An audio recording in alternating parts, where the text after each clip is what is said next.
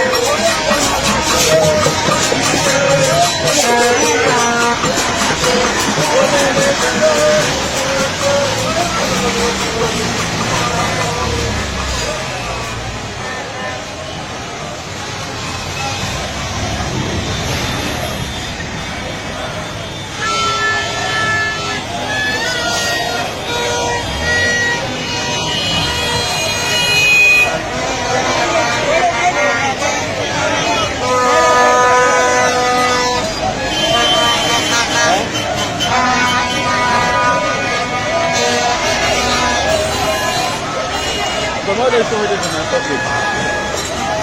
No, this one.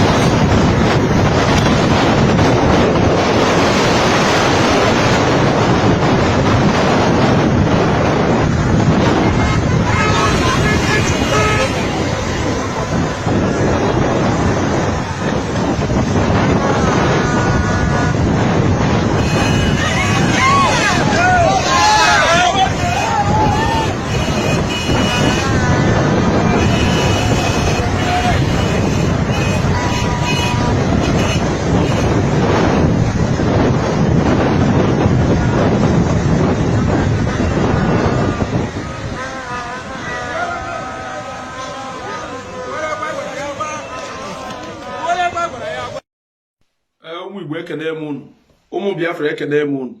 geenụ ntị ife ike ada eme odogwu na-agwụ na unu amụrụ ka nsi wee kwado ị ma na ọ bụ na anyị ga-abịakọ ọnụ na-enwe ife anyị emenwu n'onwe anyị maka onye isi anyị Maazị Nnamdi Kanu eji geenụ m ntị ọ bụrụ mgbe ọ bụrụ ife ka a na-anapụrụ onye ọkaikpe ọ bụrụ ife ka a na-anapụrụ onye ọkaikpe ndọrọ ndọrọ ọchịchị achọ ịzọ na Anambra Steeti o socha n'ife socha ihe eji wee jide onye isi gazie m ntị ọ bụ na ịfụrụ onye isi n'anya na ịfụrụ nwere onwe ya n'anya na afụfụ a nata na ọgwụgo gị ike ọnwa ife iyi emere m ọ bịa ife ọ bụrụ nnekwu ife iji eme bụ nchọka iweta foto Maazị Nnamdi Kanu ị bịa dee ya na ọ bụ na alapụrụ Maazị Nnamdi Kanu na-ama atụ ọchịchị lapụ Maazị Nnamdi Kanu na-ama atụ ọchịchị ide ya itinye ya n'iru akwụkwọ gị na Facebook ọ bụrụ nọ n'Instagram itinye ya ọ bụrụ na Twitter itinye ya onye ọbụla kwenye na ọ fụrụ Maazị Nnamdi Kanu n'anya onye ọbụla kwenye na nwere onwe ya na ọ dị anyị mkpa onye ọbụla kwenye na Naijiria dị ọzọ mma ife akịta ngwa gị ka ị ga-eme enwere ife ọ ga-ewepụ gị n'alụ orukwana na orugo weta pikchọ Maazị Nnamdi Kanu ide ife ngwa gị n'elu ipost onye na Facebook gị onye nọ n'Instagram itinye ya ịgwakwu ndị enyi gị nwoke ma enyi gị nwaanyị onye ọbụla mee ọ bụ na ị maka elekshọn Anambra Steeti wee dị ndị a mkpa ị ma na-eme ife dị otu ọ gbasa ebe niile na ife ga-eme mee ife a ngwa gị ka ị wee maa ife nji wee gbu na unu amara ka nsi wee kwado oge niile m na-ekwu na mụ bụ nwa Igbo agbara nze na unu amara ka nsi wee kwado megodi ife niile na nkwu enwere ife ọ ga-ewepụ anyị na-arụ imi ya enwere ife ọ ga-ewepụ anyị na-arụ imi ya abịa na agbakọba akọ nke a ji wee sị nke a sọrọ megodi ife m gwarụ gị akọrọ mmadụ mee nke o ji wee bụrụ mmadụ ọ rapụrụ Chukwu okike abịa ma nke o ji wee bụrụ chi ife m gwara gị bụ ife m chere eche o ife m roro ero ma jụkwa na ajụjụ o wee bụ na ife a ga-eme ife dị otu a na nkwana ka ife ga-esi wee dị eme ife dị otu a na nkwana ka ife ga-esi wee dị na ịfụrụ Maazị Nnamdi Kanu n'anya n'okwu ọnụ enwerezi ife nji eme ọ bụ na ịfụrụ Maazị Nnamdi Kanu ime ya na omume ịfụ mmadụ n'anya ị na-egosi onye ịfụrụ ya n'anya ọ bụrụ ịdị na-agwụ ya n'ọnụ oge erugo onye ọbụla kpọrọ onwe ya onye Biafra weta pikchọ Maazị Nnamdi Kanu free Maazị Nnamdi Kanu ọ no election in Anambra State no election in Nigeria whatever anụnwa post na Facebook niile Instagram niile Twitter niile nwere ife ọ ga-ewepụ anyị n'alụ ụmụ Igbo ụmụ Biafra ka anyị mekwanụ na ife anyị kwesịrị na anyị ga-eme na akwara onye isi ka iwu ifụrụ ejidegoso ndị Igbo ịfụrụ ya kedu ife ọ dị ike ka ndị a na-eme ndị isi niile na-ekwu ife na-adọrọ mma na Naijiria ka fa na-akpụkọcha kedu ife ka e wee pụchizie mụ na gị ọnụ wee nyụzie anya ịkpakwụ nkata niile ndị a na-achị ịkpa Maazị Nnamdi Kanu na ndị Igbo kwu na-emepe ka a gbara mbọ ka ejide fanabụ ka nkata fa wee pụta ife ọ pụtakwa ife akwara m na gị ka ọ ga-emetụta marụkwa na enyi na-abụ na anụ ọgụ na akwara afịfịa na-ata afụfụ ụmụ Igbo ụmụ Biafra mee na ife a m kwuru ọmụ abụ nwa Igbo agbara nzọ onye da nga na ife ike ada eme odogwu kirikiri ka na-ekiri odo na-ejiri odo enyi ozu afọ ada atụ ụjọ wee buru ụzọ adọbie ekechie na-epe ụdọ mpe enye dibịa ife ọ na-eri ọgbọ mkpọrọgwụ na aja ọfịa ụmụ Igbo nwere amụrụ ka m si wee kwado ka emesịa nụ